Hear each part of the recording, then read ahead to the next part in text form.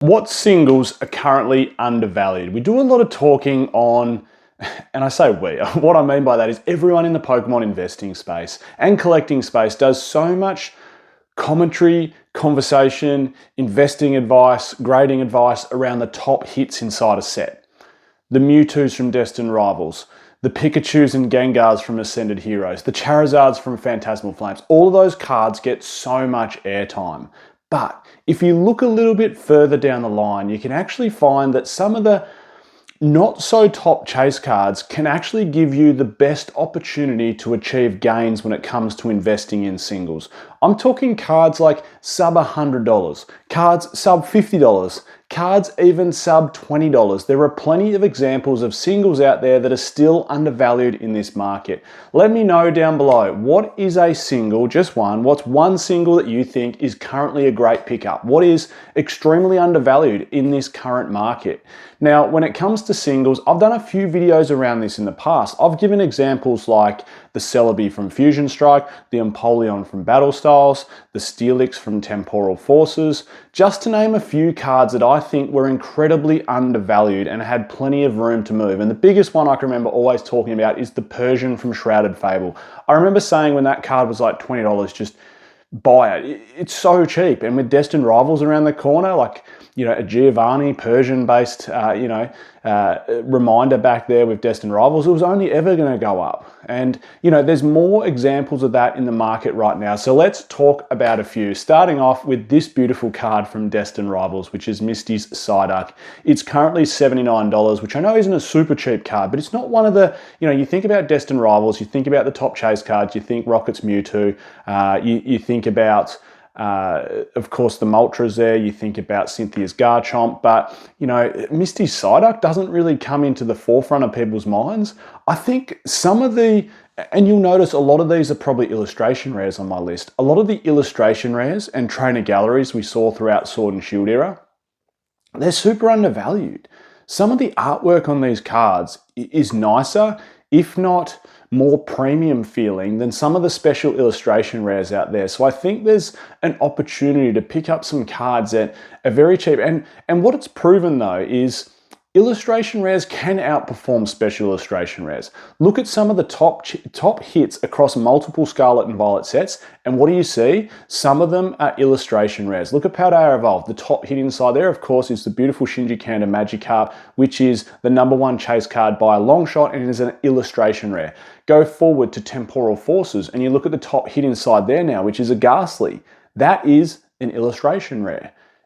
It doesn't matter so much about whether it's an illustration rare or a special illustration rare. What matters a lot of the time now, what I've noticed when it comes to singles and investing in Pokemon singles is I talk about three things adding to the value of a card. What is the Pokemon inside it? What is the rarity, and how nice is the artwork? What is the Pokemon? What is the rarity, and how nice is the artwork? And what I've found quite typically is there's two things that seem to be trumping the other at the moment. That is, what is the Pokemon and how nice is the artwork? That, in a lot of cases, seems to be trumping the rarity. And probably the best case in point for that argument is Phantasmal Flames Charizard.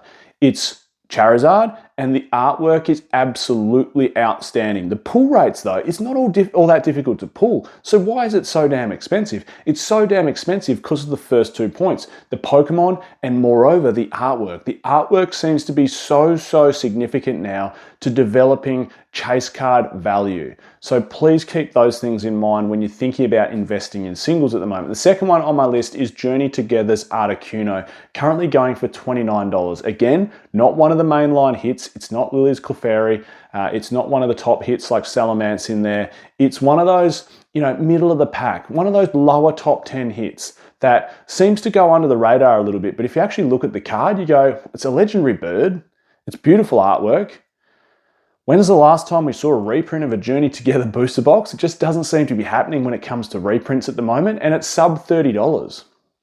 It's a beautiful looking card in my opinion. The third one, and we're going to give some love to some trainer galleries here, is the Mew from Crown Zenith's Galarian Gallery. Look, it's not the cheapest on this list at $74, but we know the time in the sun that Mew's currently getting. The Bubble Mew from Paldea and Fates has been going absolutely berserk.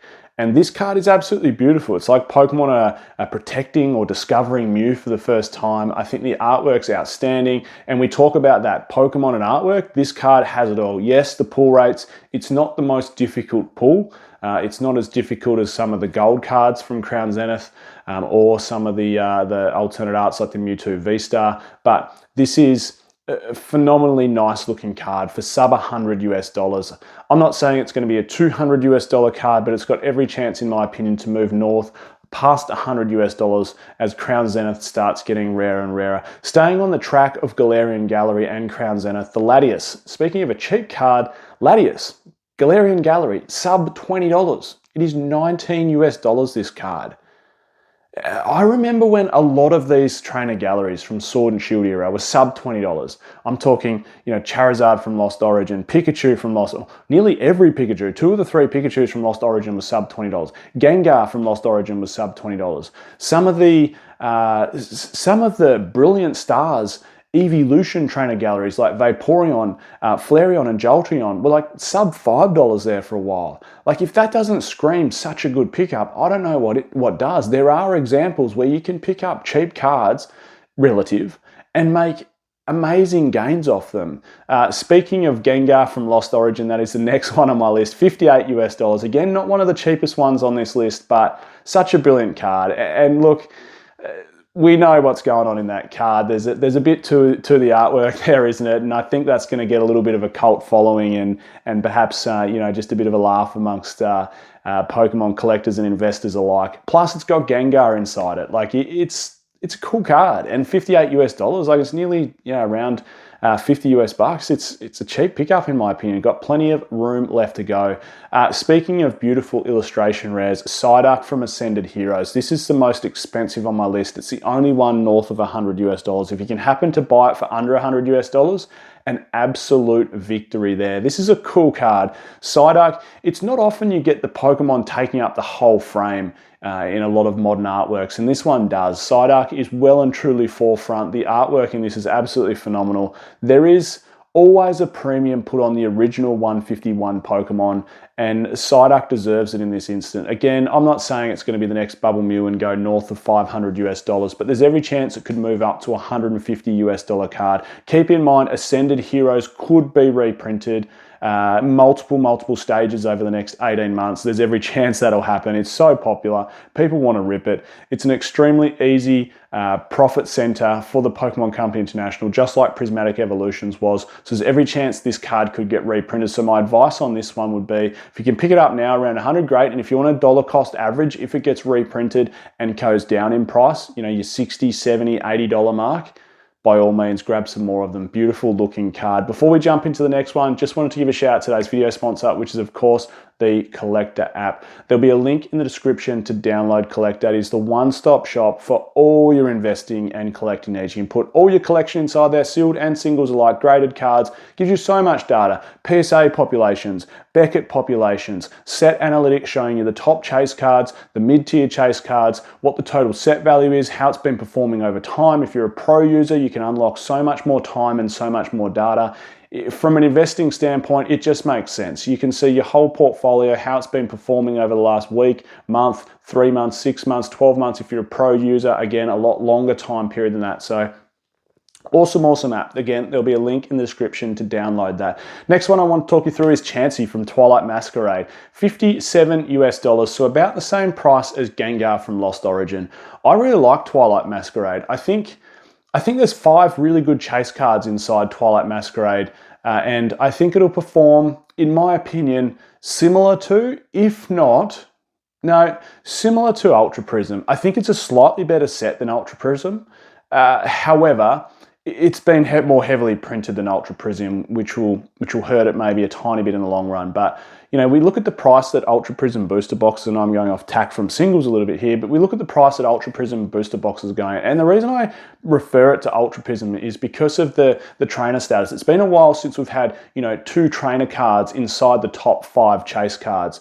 And moreover than that, trainer cards that are actually worth a significant amount of money, both raw and in a PSA 10. Plus we've got the Greninja, plus we've got the Eevee, plus we've got cards like this Chansey. Twilight Masquerade is a sneaky little underperformer there. there. I think this set will do very well, and I think Chansey's got some room for growth there. Another one is Houndour from Obsidian Flames at $11 US. The cheapest one on my list here.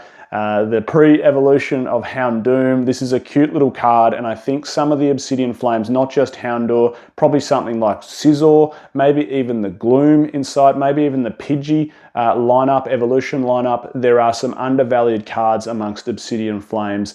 It was almost like the first booster box in a run that never got reprinted. It was like, we saw Scarlet and Violet base get a decent sized reprint, then Obsidian Flames came out, and there was like a little bit more stock distributed of booster boxes, but then it was like, that's it, that's all you're getting. And I think that's why prices, although pull rates are incredibly easy for Obsidian Flames, I think that's why singles prices have really jumped up there. The next one on my list is my low tick, which is a Silver Tempest Trainer Gallery. $12 US, $12. This is one of the top chase cards from Surging Spark, my low tick, so it felt like when that happened, it should have, and we know that, it shines a bit of light on some previous generations or previous sets chase cards, and this my low tick at $12.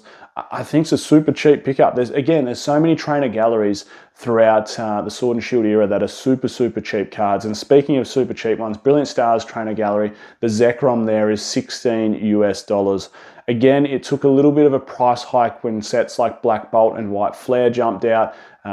It's a nice card, and it's around 15 US bucks. It just seems like a cheap card. And look, this is an alternate art, which is a little bit harder to pull, but again, it's a reasonably priced card, is Origin Form Dialga from Astral Radiance. It's not a trainer gallery, it's not an illustration rare, it is a proper alternate art from Sword and Shield era. It is currently $68. I think both this and the Palkia, the Origin Form Palkia from Astral Radiance, are undervalued cards. I've been saying that for a while, and I've probably realistically been saying that for 12 plus months, maybe even 18 months. And they've slowly creeped up, and it's like, well, yeah, okay, it's sort of doing what I was saying. But this one in particular, the artwork on this is incredible. Look, can the artwork pull this card through to a $100 price point?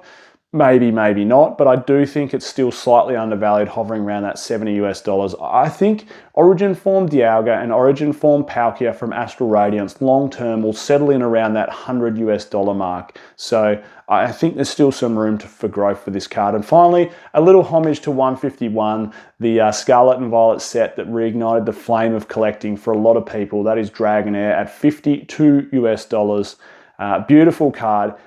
I just think 151 is going to get rarer, and there's going to be less and less sealed product, less and less chance of pulling these cards, more and more locked away into collections. And as a result, I think most illustration rares and special illustration rares from 151 probably still have some room to grow.